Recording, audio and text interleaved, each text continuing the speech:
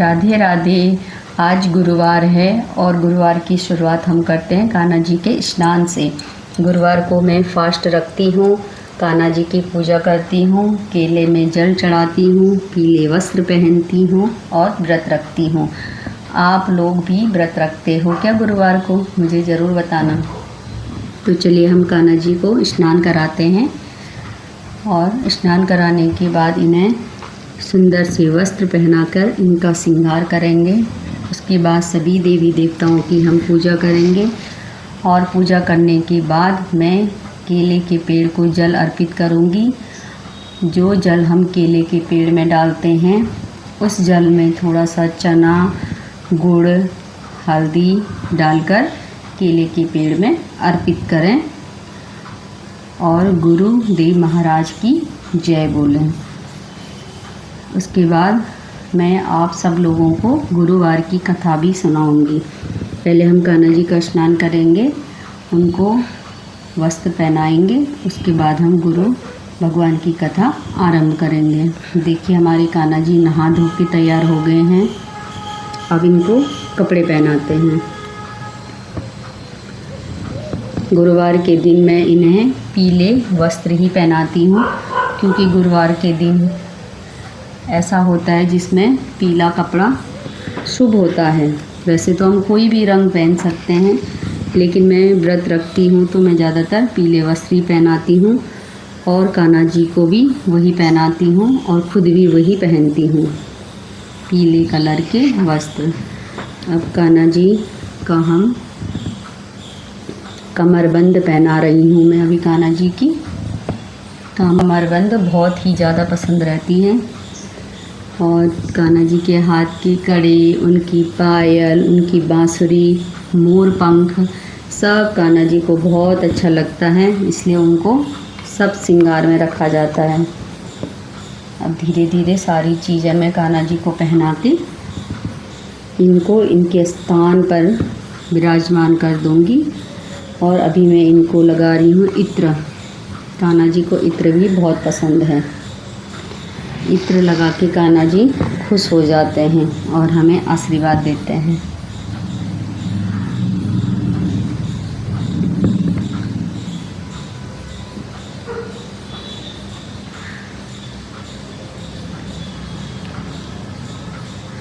ये हमारे मोर पंख हैं जो कान्हा जी को बहुत ही पसंद हैं, तो इनको भी हम कान्हा जी के पास रख देंगे। और इसके बाद मैं थोड़ा सा सभी भगवान की पूजा करके, थोड़ा सा मंत्रोच्चारण करके, दिया बत्ती करके, तुलसी जी के पास दीपक जला करके उसके बाद कथा पढ़ना शुरू करूँगी। क्योंकि कहानी पढ़ने से पहले हमें सभी देवी देवताओं को टीका, चंदन, फूल, पत्ती सब काम करके ही हम कथा आरंभ करते हैं।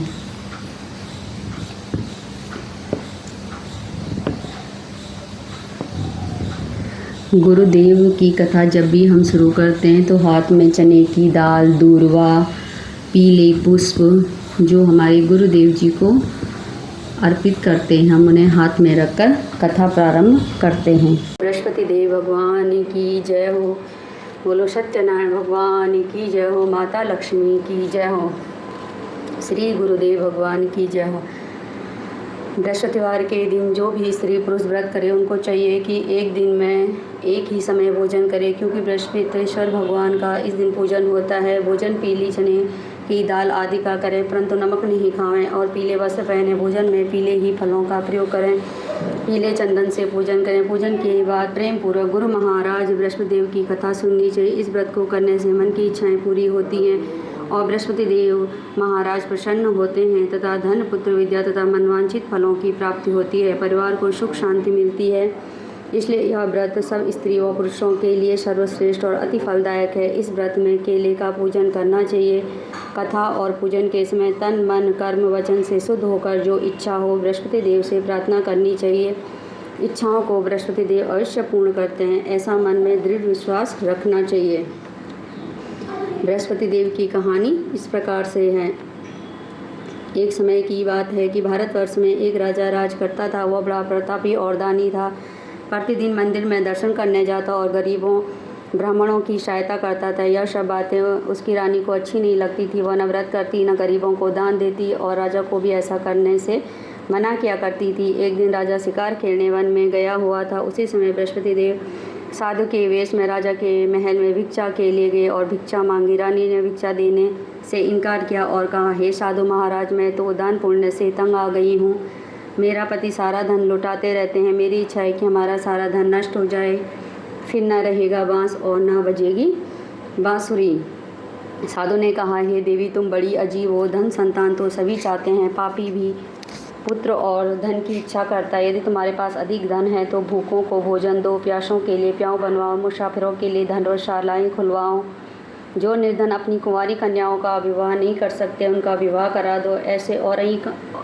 ऐसे और कई काम हैं जिनके करने से तुम्हारा यश लोक परलोक में फैलेगा। परंतु रानी पर उपदेश का कोई प्रभाव न पड़ा। वह बोली, महाराज, आप मुझे कुछ न समझाएं। मैं ऐसा धन नहीं चाहती जो हर जगह बांटती फिरूं। साधु ने उत्तर दिया, यदि तुम्हारी ऐसी इच्छा है तो ऐसा ही होगा, परंतु तुम ऐसा करना कि बृहस्पतिवार के दिन घर को गोबर से लीपना, अपने केशों को धोना, केशों को धोते समय स्नान करना, राजा से कहना कि वह हजामत बनवाए, भोजन में मांस मदिरा खाना, कपड़े धोबी के यहाँ धुलने को डालना। ऐसा 7 बृहस्पतिवार करने से तुम्हारा सारा धन नष्ट हो जाएगा।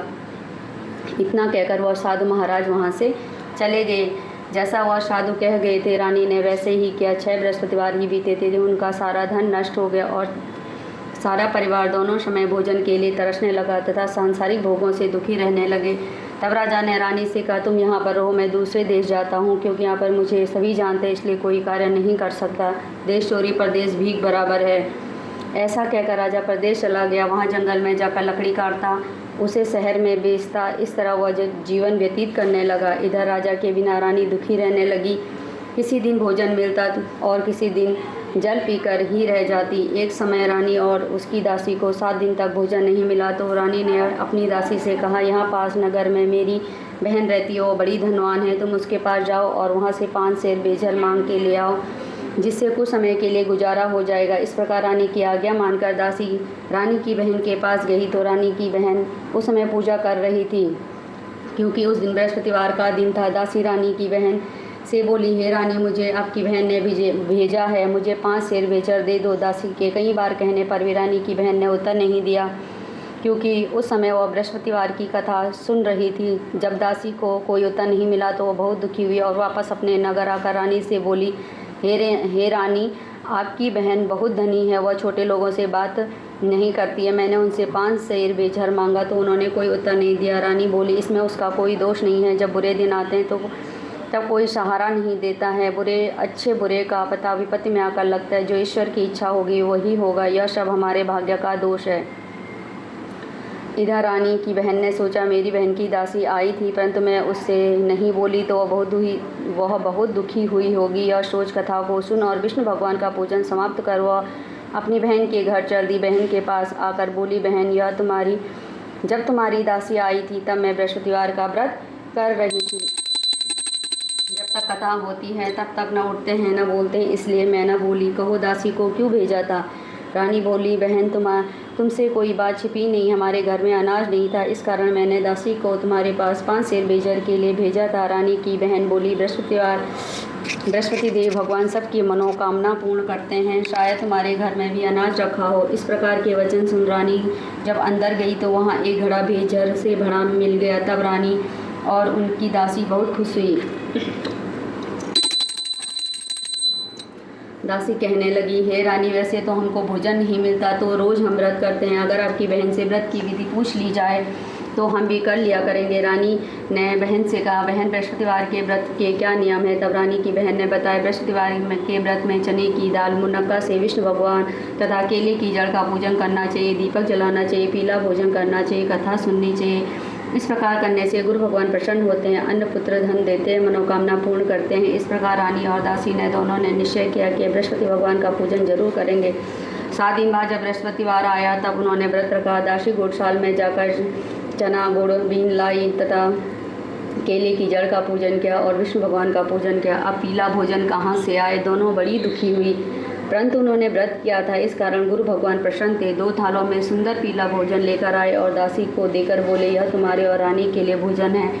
दासी भोजन पाकर बड़ी प्रसन्न हुई और रानी से बोली, रानी जी भोजन कर लीजिए, वह महात्मा हम दोनों के लिए 2 थाल में भोजन दे गए हैं। इस प्रकार रानी और दासी ने गुरु भगवान को नमस्कार कर भोजन प्रारंभ कर दिया। अब वह प्रत्येक बृहस्पतिवार को गुरु भगवान का व्रत और विष्णु भगवान का पूजन करने लगी। बृहस्पतिवार भगवान की कृपा से रानी के पास फिर से धन हो गया। रानी और दासी विचार करने लगी, न जाने राजा किस हाल में होंगे, उनकी कोई खोज खबर नहीं है। उन्होंने गुरु भगवान से प्रार्थना की।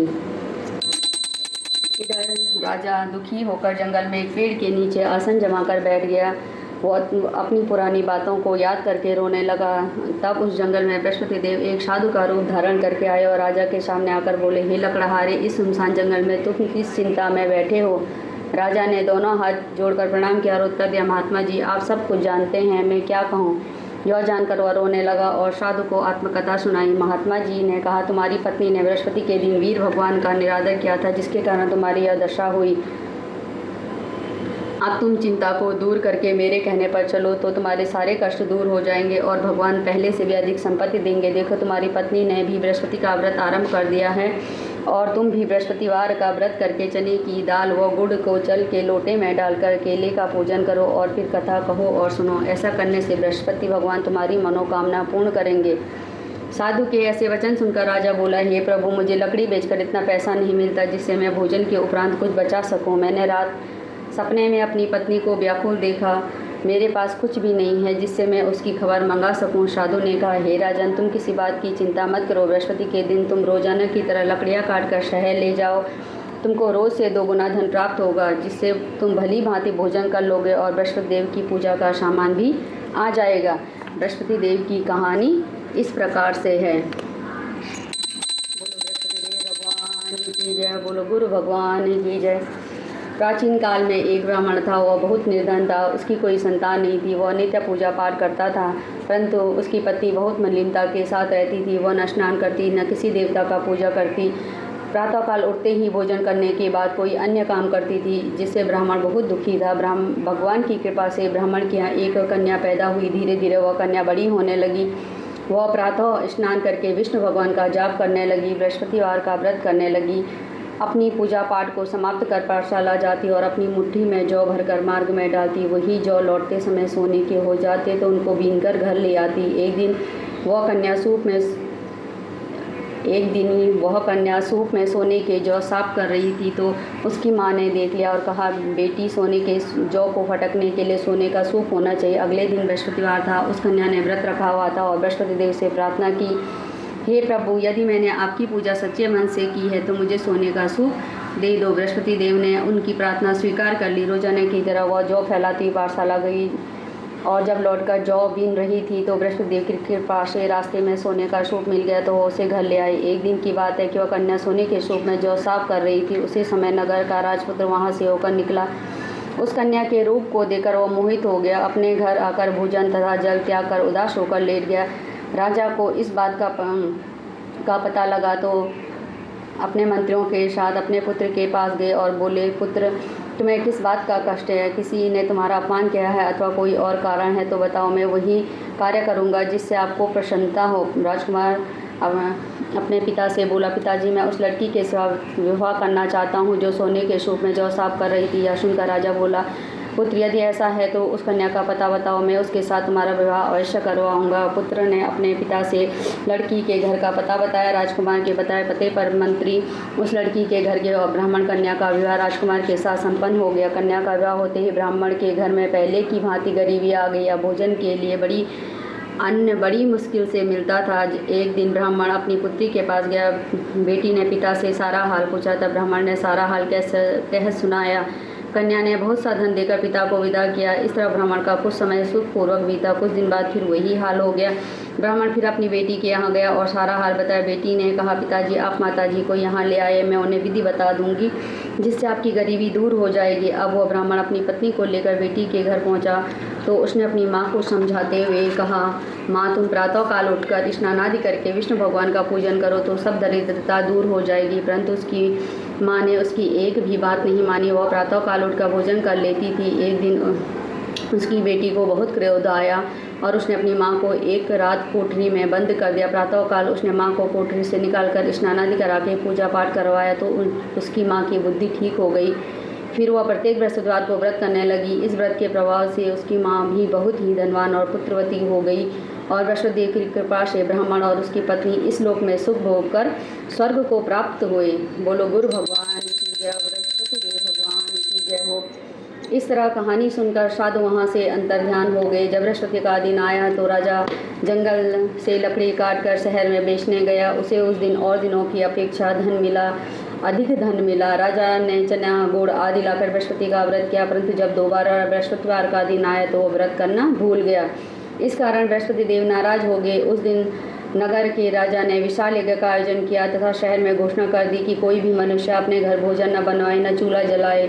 समस्त जनता मेरे यहाँ भोजन करने आए। इस आज्ञा को जो न मानेगा उसे फांसी की सजा दी जाएगी। इस तरह की घोषणा संपूर्ण नगर में करवा दी गई। राजा की आज्ञा अनुसार शहर के सभी लोग भोजन करने गए, लेकिन लकड़हारा बना राजा कुछ देर से पहुंचा, इसलिए राजा उसको अपने घर ले गए और जाकर भोजन करा रहे थे तो रानी की दृष्टि उस खूंटी पर पड़ी जिस पर उसका हार लटका हुआ था। रानी को हार दिखाई नहीं दिया तो रानी ने सोचा कि मेरा हार इस मनुष्य ने चुरा लिया है। उसी समय पुलिस को बुलाकर उसको जेल खाने में डलवा दिया। जब लकड़हारा जेल खाने में दुखी होकर विचार करने लगा, न जाने कौन से पूर्व जन्म के कर्म हैं जो मुझे यह दुख प्राप्त हुआ है, और उन्हीं साधु को याद करके जो कि जंगल में मिले थे उन्हीं को याद करके रोने लगा। तत्काल बृहस्पति देव साधु के रूप में प्रकट हुए और उसकी दशा को देखकर कहने लगे, मूर्ख, तूने बृहस्पति देव की कथा नहीं करी, इस कारण तुझे यह दुख प्राप्त हुआ है। अब चिंता मत कर, बृहस्पति के दिन जेल के दरवाजे पर 4 पैसे मिले पड़ेंगे, जिससे तो बृहस्पति देव की पूजा का सामान आ जाएगा, तेरे सभी कष्ट दूर हो जाएंगे। बृहस्पति के दिन तुझे जेल के दरवाजे पर 4 पैसे मिलेंगे, लकड़हारे ने मिलेंगे, जिससे तू बृहस्पति देव की पूजा करना, तेरे सभी कष्ट दूर हो जाएंगे। बृहस्पतिवार के दिन उसे 4 पैसे मिले। लकड़हारे ने कथा करी। उसी रात्रि को बृहस्पति देव ने उस राजा के स्वप्न में कहा, हे राजा, तुमने जिस आदमी को जेल में बंद कर दिया वह निर्दोष है, वह राजा है, उसे छोड़ देना। रानी का हार उसी खूंटी पर लटका है। अगर तुम ऐसा नहीं करोगे तो तुम्हारा सारा राज्य नष्ट कर दूंगा। इस तरह रात्रि के स्वप्न को देकर राजा प्रातःकाल उठा, खूंटी पर हार देकर लकड़हारे को बुलाया, क्षमा मांगी तथा लकड़हारे को योग्य सुंदर वस्त्र और आभूषण देकर विदा किया। बृहस्पति देव की आज्ञा अनुसार लकड़हारा अपने नगर को चल दिया। राजा जब अपने नगर के निकट पहुंचा तो उसे बड़ा आश्चर्य हुआ। नगर में पहले से अधिक बाग, तालाब, कुएं और बहुत सी धर्मशालाएं, मंदिर आदि बन गए थे। राजा ने पूछा, यह बाग, धर्मशालाएं किसकी हैं? तब नगर के लोग कहने लगे, यह सब रानी ने बनवाए हैं। तो राजा को आश्चर्य हुआ। जब रानी को यह खबर सुनी कि राजा आ रहे हैं तो उसने बांदी से कहा, दासी, देख, राजा हमें कितनी बुरी हालत में छोड़ गए थे, कहीं वो लौट न जाए, इसलिए तू दरवाजे पर खड़ी हो जा। आज्ञा अनुसार दासी दरवाजे पर खड़ी हो गई और जब राजा आए तो उन्हें अपने साथ अंदर ले आई।